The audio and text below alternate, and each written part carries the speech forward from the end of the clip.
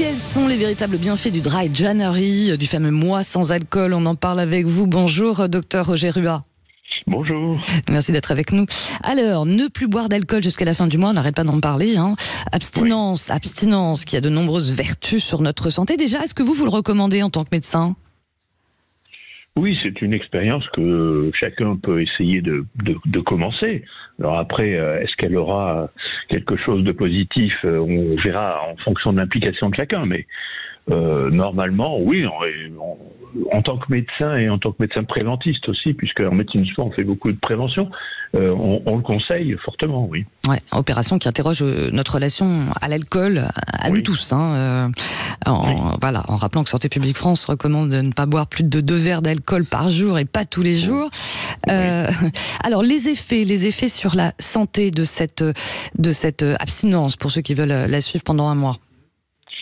Alors, il y a des études qui ont été menées, alors surtout dans les pays anglo-saxons, en Angleterre particulièrement, depuis une dizaine d'années, qui montrent que, alors bien entendu, l'effet sur l'addiction à l'alcool est évident, ça, il n'y a pas à discuter, mais sur la santé purement, eh bien, on a des effets, notamment sur le sommeil déjà.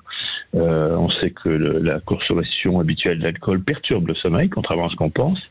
Ensuite, sur les métabolismes, les différents métabolismes du corps, donc notamment ce métabolisme énergétique, ce qui fait donc un regain d'énergie, on se sent un petit peu en renouveau.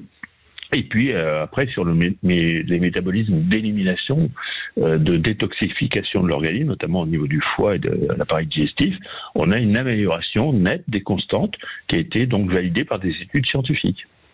Et quel effet au niveau du cœur ? Alors, au niveau cardiovasculaire, on a beaucoup travaillé là-dessus parce que il y avait une vieille idée reçue qui disait que en buvant un petit peu de vin ou un petit peu de Bordeaux, un petit peu de whisky régulièrement, on avait une meilleure circulation sanguine, etc., etc. Évidemment, tout ça c'est faux. On n'a pas une meilleure circulation, un meilleur appareil cardiovasculaire parce qu'on boit un petit peu d'alcool.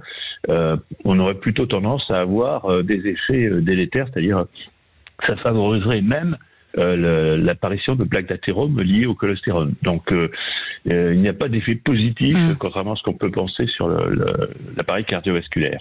Ouais. Bon, il faut parler aussi, docteur Roger Rua, de la perte de poids. Ça aussi, c'est prouvé, hein. Oui, bien entendu. C'est vrai que l'alcool fait prendre du poids et donc dès lors qu'on va diminuer et arrêter la consommation régulière, on parle de consommation régulière parce que en dehors du mois dry, le but c'est de diminuer la consommation régulière. Eh bien, on a un effet sur le poids, bien évidemment, de quelques kilos, mais enfin, quelques kilos, parfois c'est plus dur à atteindre avec des régimes, alors que simplement en se privant d'une consommation régulière d'alcool, on arrive facilement à perdre ces quelques kilos. Dernière question, qu'est-ce que vous pensez du Damp January, le janvier humide, qui a été proposé comme une alternative à la sobriété complète? Donc là, ça consiste à boire l'alcool, mais moins souvent. Il y a pas mal de médecins qui alertent sur un détournement du message de prévention par les producteurs d'alcool. Vous vous situez où, vous ? C'est évident que les producteurs, les viticoles, le lobby viticole ne voient pas arriver d'un bon œil un Dry January. Donc ils essayent, c'est comme ce que je vous disais tout à l'heure sur l'effet soi-disant bénéfique de consommer un verre de vin par jour sur la circulation et sur le cœur. Non, il n'y a pas d'effet positif de l'alcool. L'alcool, c'est dangereux pour une cellule vivante à partir du moment où c'est en contact avec la cellule vivante. Et ce, malheureusement, c'est quelle que soit la quantité.